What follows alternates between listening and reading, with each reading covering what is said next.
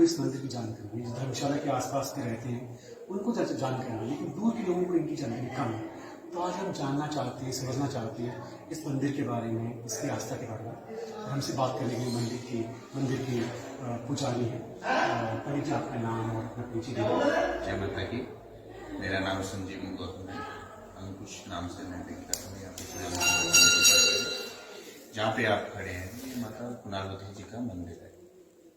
तो आपको इसके बारे में कुछ मैं बताता हूँ कि ये मंदिर कैसे कब और क्यों बना। ये मंदिर जो है शक्तिपीठ है। शक्तिपीठ उसे बोला जाता है जो माता सती के अंग गिरे थे। दक्ष प्रजापति जी की बेटी थी। शंकर जी के साथ उनका विवाह हुआ था। जब विवाह हुआ था, विवाह होने के उपरांत दक्ष जी ने एक यज्ञ और पूजा रखी। उस पूजन में ना शिव जी भगवान को बुलाया, ना सती माता को बुलाया। जब सती को पता लगा कि मेरे पिताजी ने एक पूजन यज्ञ रखा और उसमें मेरे को बुलाया नहीं है, तो वो बिना सोचे विचारे वहां पर चली आई। वहां पर जब आई तो आकर के देखती है कि सभी देव देवताओं को स्थान दिया है, परंतु मेरे पति का स्थान तो यहाँ पे है। तो वो अपना अपमान समझ करके उस यज्ञ कुंड में कूद गई। जब कूद गई तो उनका शरीर को त्याग कर दिया, भस्म हो गया। उनके जो भी अंग गिरते हैं, जैसे शंकर भगवान को पता लगा कि मेरी पत्नी तो इस संसार को छोड़ के चली गई है, तो शंकर जी जैसे ही आते हैं तो वो उनके शरीर देह को उठा करके गोल बिरागी की तरह घूमने लग पड़ते हैं। घूमते हैं तो फिर सभी देखते हैं तो इस प्रकार संसार में प्रलय आ जाएगा। शंकर भगवान जी ने मतलब एक ड्यूटी होती है ना हर किसी की, विष्णु भगवान जी की अलग है, ब्रह्मा जी की अलग है, शंकर जी की अलग है। वो देख करके परेशान हो जाते हैं। तो विष्णु भगवान जी अपने सुदर्शन चक्र छोड़ते हैं और उस सुदर्शन चक्र से जो भी अंग कटते हैं, जहां जहां वो गिरते हैं वो शक्तिपीठ बनते हैं। तो यहाँ पे माता जी का कपाल गिरा है, स्कल। तो माता जी का नाम असली कपालेश्वरी देवी है। कुणालपत्री के नाम से ये विख्यात है। इसका नाम जो है आपने बताया कि कुछ और है, लेकिन कुणालपत्री के नाम से विख्यात। इसके पीछे क्या कारण था कि कुणालपत्री के नाम से जाना जाता है? कुणालपत्री इसलिए पड़ा सर, यहाँ पे कुछ नहीं होता था, जंगल था, चाय का बगीचा होता था और पूरा ये तिरछी जैसे खाई थी और पूरा जंगल था। तो जंगल था तो जैसे लोग आते थे यहाँ पे देखते थे ये गोल जैसे चट्टान, ये जो आप चट्टान देखते हैं ऊपर, ये गोल जैसी चट्टान और नीचे जो पिंडी बनी है ये भी स्वयंभू है, अपने आप बनी, किसी ने कुछ नहीं बनाया। तो लोग देखते हैं कि गोल जैसा परात जैसा आकार है। तो हमारे यहाँ पे लोकल डिस्ट्रिक्ट कांगड़ा में परात को, जो लकड़ी की परात होती थी उसको कुणाल बोलते थे। तो कुणाल समझ करके और पत्थर की मूर्ति बनी है तो कुणाल पत्थरी रख दिया। सही मायने में माता जी का ये कपाल है, स्कल है, कपाल इसको बोला जाता है। जब ये वाला पार्ट किसी का कटेगा तो ये कपाल का आकार बन जाएगा। तो ये ऊपर कपालेश्वरी देवी के उससे, ये तो काफी इंटरेस्टिंग बात आपने बताई। पर ये थोड़ा और हिस्ट्री में चलते हैं तो आप थोड़ा बता पाएंगे, आपकी आप यहाँ पे पुजारी भी हैं, आप अपने बचपन का थोड़ा बताइए कि बचपन में इस मौजूदा जो मंदिर है उसके भौतिक स्वरूप में कुछ चेंज आया है? पहले भी ऐसे मंदिरों करता था या छोटा था, अलग था, कैसी चेंजेस आए कुछ सालों में? नहीं, ऐसा नहीं है। यहाँ पे ये मंदिर का निर्माण जो है 1959 में शुरू हुआ था बोलते हैं। हमने तो नहीं देखा, हमारे बुजुर्ग सुनाते हैं। तो इस मंदिर का निर्माण तब से शुरू किया था। यहाँ पे आए थे एक माधवानंद मुनि जी महाराज, जिन्होंने सबसे पहले यहाँ पे तपस्या की थी, पूजन किया था। इस मंदिर का निर्माण, और सामने है गुप्तेश्वर महादेव, जहाँ पे शक्तिपीठ होगा वहां पे शंकर जी जरूर होंगे, अवश्य होंगे। तो सामने वो गुप्तेश्वर महादेव जी हैं। उस गुप्तेश्वर महादेव जी को उन मुनि महाराज जी ने जब तपस्या की तो मां ने स्वप्न में दर्शन दिए थे। तो इस शिवलिंग को निकाला था तवे और चिमटे को खोल करके। इधर मंदिर का निर्माण हो रहा था, उधर वो उस शिवलिंग का सामने निर्माण हो रहा था। दोनों का साथ चलता रहा 1959। जी। और कब 1965 में बनके ये तैयार हुआ। परंतु वो जब तैयार कर रहे थे तो इस यहाँ के बुजुर्ग सुनाते हैं, जो यहाँ पे आते हैं वो बोलते हैं हमारे दादा परदादा इत्यादि जो इस माता के साथ खेले हुए हैं, क्योंकि ये वो अपनी गाय बकरी भेड़ इत्यादि जो भी थे चरावाए थे, वो चराते थे उनको। तो यहाँ से कन्या के रूप में से इस पिंडी से वो निकलती थी, उन बच्चों के साथ खेलती थी, उनके साथ खेलती थी। जब उसको पूछते थे कि तेरा घर कहाँ पे है, तो वो इसी पिंडी में समा जाती थी। और ये कब की बात है? 60 के दशक की आप बात कर रहे ये हैं, जब ये सर- मंदिर बना होगा। उससे पहले की बात है, पहले की घटना है। पहले की घटना है। हमें भी बुजुर्गों ने बताया कि हमारे दादा दादी इसके साथ खेले हुए। तो जब वो इसके साथ खेलती थी तो वो बोलती थी मेरा घर यहीं पे है। जब किसी ने देख लिया कि जब ये इस पिंडी से निकलती थी तो किसी ने देख लिया था चुपके से, तो वो वहीं पे स्टॉप हो गया, वहीं पे समाप्त। वो महात्मा जी ने पूजन किया, उनको दर्शन दिए, तब माता ने बताया था कि मेरा कपाल रखा है नीचे मेरी पिंडी के स्वयं। ये पिंडी एक ऐसी जैसे एक शेर बैठता है, शेर के आकार में नीचे बैठी हुई, ऊपर कपाल को थामा हुआ। जो मुनि थे उनको माता ने बताया कि मैं उनके दर्शन दिए थे, तब उन्होंने इस शिवलिंग का, ये शिवलिंग देखेंगे आप बतलाएंगे तो ये व्हाइट कलर का प्योर, अच्छा और ये बिल्कुल काफी रोचक चीज़ है, और ये हम लोगों को मालूम नहीं, बहुत अच्छी जानकारी आपने दी। थोड़ा आप उन मुनि जी के बारे में बताएंगे कि वो कहाँ भी थे, अभी कहाँ हैं, वो जीवित हैं या वो अपने शेर विराम दे क्या चुके हैं, विराम कर चुके हैं। वो इतना मुझे नहीं पता, पर होशियारपुर साइड इस साइड से बताते, पंजाब से थे शायद। अच्छा वो यहाँ पे आकर के काम करते थे, उन्होंने ही इसका आरंभ किया था। फिर उसके बाद फिर मंदिर की निर्माण हुई, कमेटी हुई, जिन्होंने लोगों ने लोगों के सभी सहयोग से थोड़ा थोड़ा मंदिर का निर्माण किया। ये तो बहुत ही रोचक और बहुत ही इंटरेस्टिंग जानकारी बनी हुई। आपको बताया कि लोगों का सहयोग बहुत नहीं होता है, लोगों की श्रद्धा और आस्था से ही मंदिर चलता है, मंदिर लोगों को मदद करता है, बहुत सारी चीज़ें। तो सामाजिक रूप से काफ़ी सारी चीज़ें यहाँ होती होगी मंदिर में, हमेशा मैंने देखा प्रोग्राम चलते रहते हैं। आप तो और डिटेल में जानकारी दीजिए ताकि लोग दूर दूर से जो आते श्रद्धालु आते हैं उनको भी मालूम पड़े कि मंदिर में क्या चीज़ें चलती रहती हैं, किस तरह के कार्यक्रम होते हैं, पूजा के पाठ के, उसको आप डिटेल में बताइए। आपको यहाँ पर बता दूँ कि ये लोकल तो लोगों की मान्यता है, यहाँ की लोगों की कुल देवी है, जो लोग अपनी कुल देवी मानते हैं। जब भी किसी के घर में शादी हो या मुंडन हो, यज्ञोपवीत संस्कार हो, पूजन हो, घर की प्रतिष्ठा इत्यादि जो भी पूजन हो, वो पहले यहाँ पे आएंगे, माता जी को निमंत्रण देंगे सबसे पहले कि माँ आपने हमारे घर में आना है, हमारे कार्य को शुभ करना है।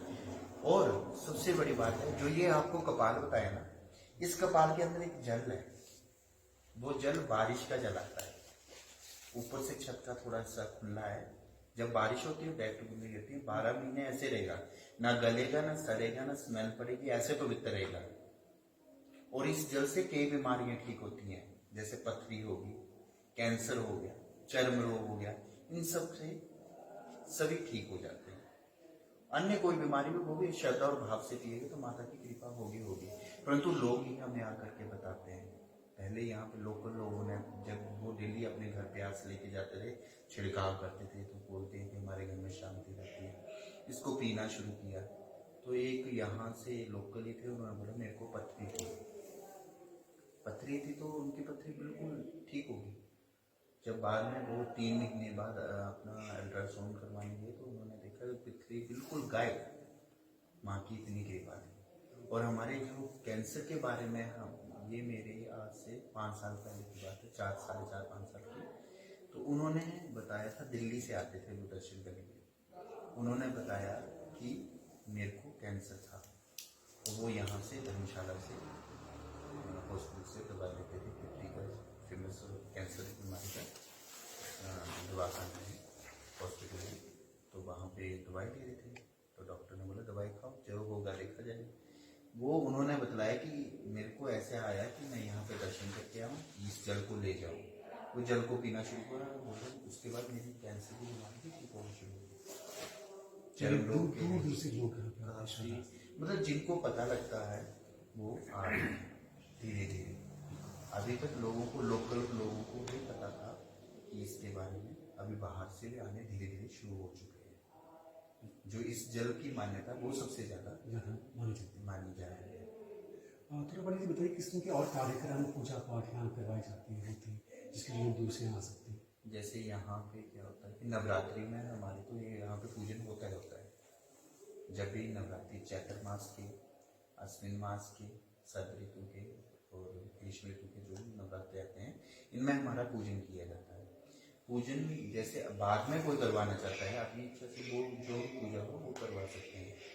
महामृत्युंजय का हो गया, दुर्गा सरस्वती का हो गया, या कोई भी ग्रह शांति हो गई, वो सब का यानी डिफरेंट तरह के जितने भी यज्ञ हैं यज्ञ वो किए जाते हैं। हाँ जी। यहाँ पे हमने देखा कई बार लंगर की सुविधा भी होती है, तो लोग क्या अपनी इच्छा से लंगर करवाना चाहें वो सब भी होते हैं यहाँ पे हर संडे को, हर रविवार के दिन लंगर होगा। हर संडे को। और किसी की श्रद्धा हो, आस्था हो, वो भी आकर के बतला सकता है, परंतु उसको पहले बतलाना पड़ेगा कि किसी और ने नाम बताया। बिल्कुल। तो फिर हम उसके साथ हेल्प कर देते हैं। जो भी वो डोनेशन देना चाहे, जो भी सामान लेके आना चाहे, वो यहाँ पे करवा सकता है और कर भी सकता है। यहाँ पे वो हर संडे को यहाँ पे होता है, और ना कर पाए कोई तो हमारे मंदिर की तरफ से, कमेटी की तरफ से वो चलेगा। ये रूटीन है हमारे संडे की, हर रविवार के दिन।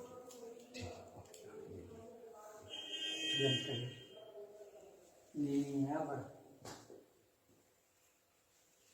ठीक है। पंडित साहब ने एक बड़ी अच्छी बात बताई कि यहाँ पे तरह तरह की चीज़ें होती रहती है ना। ये बताइए कि यहाँ पे मैं सुना है कुलांगत्री का मेला भी लगता है काफी कुछ, वो कौन से महीने लगता है? वो हमारे नवरात्रों में जी, दोनों नवरात्रों में काफी भीड़ होती है।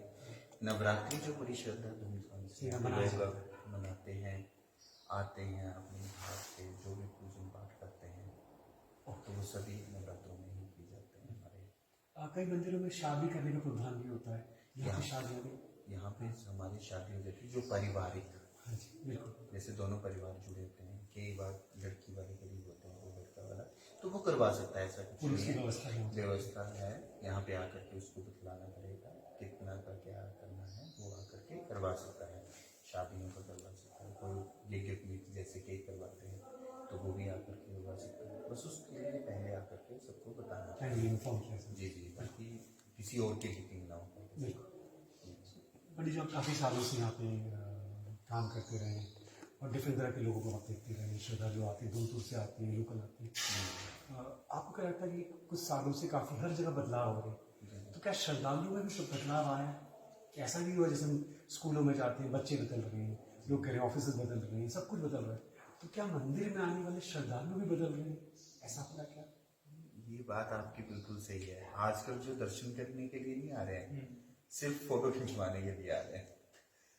किसी के प्रति आस्था नहीं है, वो ये देखते हैं ये क्या है, बस आएंगे, देखेंगे, प्रसाद लेंगे और सेल्फी खींचेंगे और चल पड़ेंगे। रील मैं तो ये बताता हूँ, भगवान के दरबार में आप आ रहे हैं, आप भगवान के दरबार में आकर के कम से कम थोड़ी देर बैठो, देखो क्या है ये, किस लिए बना है, क्यों बना है, इतनी श्रद्धा तो होनी चाहिए। मंदिर में आते हैं, मंदिर के बारे में पता ही नहीं होता लोगों को क्या है मंदिर है। आज बच्चों को आएंगे, आजकल के बच्चे जो हमारे बाहर के तो छोड़ दीजिए, लोकल जो बच्चे हैं जिनकी कुल देवी, उनको ये नहीं पता मंदिर क्या असलियत में, किसी को भी नहीं पता इस बारे में। वो दर्शन करने के लिए जाए, हाँ जी, जैसे आप शंकर भगवान जी को बोलेंगे, हम बोलेंगे जाओ पूजा करके आओ, जल चढ़, परंतु क्यों चढ़ा रहे हैं ये कुछ नहीं है पता, बस बोला जी कर रहे हैं। मतलब आप अपने मतलब वही है ना कि वो ऊपर का काम किया और बीच का पता नहीं है कि क्या क्यों कर रहे हैं, किस लिए करना चाहिए। देखिए बहुत ही इम्पोर्टेंट बात पंडित जी ने कही कि हम मंदिर आते तो हम सिर्फ इसलिए ना आए कि ठीक है हमें मंदिर आना है, फोटो खिंचाना, चले जाना, हम क्यों आ रहे हैं, किस कारण से आ रहे हैं, किस प्रकार की आस्था है, क्यों हम जल चला रहे हैं, और जिसम की जानकारी पंडित जी ने दी है काफ़ी रोचक है। और बहुत इंपॉर्टेंट चीज़ है कि हमारी सारी जनरेशन की, अदर्स हमारी संस्कृति, हमारा कल्चर, इसकी जानकारी कहाँ बचेगी, जिसम की जानकारी आज पंडित जी दी है। तो ये बहुत इंपॉर्टेंट कि नए लोग जब भी आएँ उनको पता हो कि मंदिर क्यों बना है, कब बना, और क्या इसकी आस्था है, किस दिन की चीज़ें होती है, क्यों हमें ये करना चाहिए। बहुत ही इम्पोर्टेंट बात पंडित जी ने की। पंडित जी इसके अलावा बहुत बार मंदिरों में बहुत भीड़ भी हो जाती है, हम चाहते हैं कि बिल्कुल लोग आए, आस्था के लिए जरूर आए, लेकिन बहुत सारी भीड़ से बहुत सारी और दिक्कतें भी होती है। आपको क्या लगता है कि जो भी लोग आते हैं उनके लिए कोई संदेश आप देना चाहते हैं कि किन चीज़ों का ख्याल रखें जब भी हम मंदिर आए? हम तो ये चाहते हैं मंदिर में तो लोग आने चाहिए, क्योंकि हमारे धार्मिक स्थल के बारे में सबको पता होना चाहिए, भगवान के दर्शन भी होना चाहिए, भगवान के बारे में जानकारी भी होना चाहिए। आजकल आस्था का मजाक ही बन चुका है, आप भी देख रहे हैं, कोई भी आ रहा है पूजा पाठ करवा रहा है, परंतु ये नहीं पता कि कैसे कर रहा है, क्यों कर रहा है। वो बस जल्दी जल्दी में काम नहीं कर रहे। जब भी मंदिर आए थोड़ी देर भगवान के दरबार में बैठे, दर्शन करें। दर्शन करने के बाद ये भी देखें कि हम नहीं है, पीछे वाले को भी आने दें। आप अपना प्रसाद तिलक लगवाएं, कहीं स्थान मिल रहा है जहाँ भी आपको बाहर बैठने के लिए स्थान मिल रहा है या कहीं अंदर हॉल में कहीं स्थान मिल रहा है, वहाँ पे बैठिए। उस दरबार में बैठ करके भगवान का चिंतन कीजिए, माता का चिंतन कीजिए कि हम क्या कर रहे हैं। मंदिर में आकर के चिंतन करने तो बैठ गए, परंतु ये नहीं वहीं पे खाना शुरू कर दिया, वहीं कूड़ा करकट फेंकना शुरू कर दिया, वो भी गलत बात है। तो आप उस दरबार में आए हैं तो उस दरबार को ऐसा समझिए कि हमारा घर है। जैसे हम अपने घर को साफ स्वच्छ बनाए रखते हैं, वैसे ही अपनी प्रकृति को, अपने मंदिर को, अपने जो भी हमारे पवित्र स्थल हैं, जैसे कई जगह बाग बगीचे बने हैं, वहां पे भी चले जाते हैं, लोग खाते हैं, रेत फेंक देते हैं। उसका थोड़ा सा ध्यान रखना चाहिए लोगों को, ताकि मंदिर में आकर के श्रद्धा तो रखें, परंतु सफाई का भी ध्यान रखें और औरों के बारे में भी सोचें। ये नहीं कि हम ही बैठे रहे मंदिर में, जो पीछे से आ रहा है उसके भाव भी है, उसका मन में भी श्रद्धा है कि मैंने भी दर्शन करने हैं, तो आप भी दर्शन करो और औरों को भी आने दो और मंदिर की साफ सफाई का भी ध्यान रखें। ये कितनी कितनी खूबसूरत बात पंडित जी ने आज की है कि हम मंदिर कैसे गए। ठीक है, मकसद मंदिर आते हैं, ग्रुप में जाते हैं, फैमिली के साथ आते हैं और मत्था टेकते हैं, जल्दबाजी में रहते हैं, अपना पूजा पाठ करते हैं, लेकिन चिंतन कभी नहीं सोचते हैं बैठ के सुकून से कुछ पल बैठे चिंतन करें। दूसरी इंपॉर्टेंट बात इन्होंने की कि देखो और लोगों के बारे में सोचना, मुझे लगता है पंडित जी बहुत ही बड़ी बात है कि मंदिर में आके अगर हम औरों के बारे में नहीं सोच पा रहे हैं तो शायद हमारी आस्था पे भी सवाल ही। तो ये बहुत अच्छी बात है इन्होंने कि जब मंदिर आए हम शांति से बैठें और लोगों के बारे में सोचें कि औरों को भी मौका मिलना है कहीं दर्शन करने का। और जब हम औरों के बारे में सोचते हैं तो शायद हमारे अंदर का ईश्वर भी है ना काफ़ी हमारी चीज़ों को समझता है। और तीसरी बात जो सफाई की है, कैसे हम अपने घर में चीज़ों को साफ रखते हैं, लेकिन मंदिर के आसपास पब्लिक प्लेसेस के आसपास जो है कूड़ा करकट फेंकते हैं। तो जब भी मंदिर आए तो बिल्कुल वैसे फील करें जैसे अपने घर आ रहे हैं, बिल्कुल वैसे सफाई रखें।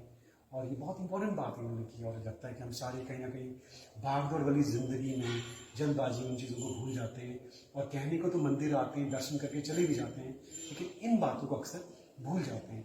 तो बहुत ही बड़ी बात पंडित जी ने आज की। पंडित जी एक और चीज़ आपसे जानना चाहेंगे क्योंकि आपसे बात करके बहुत अच्छा लग रहा है।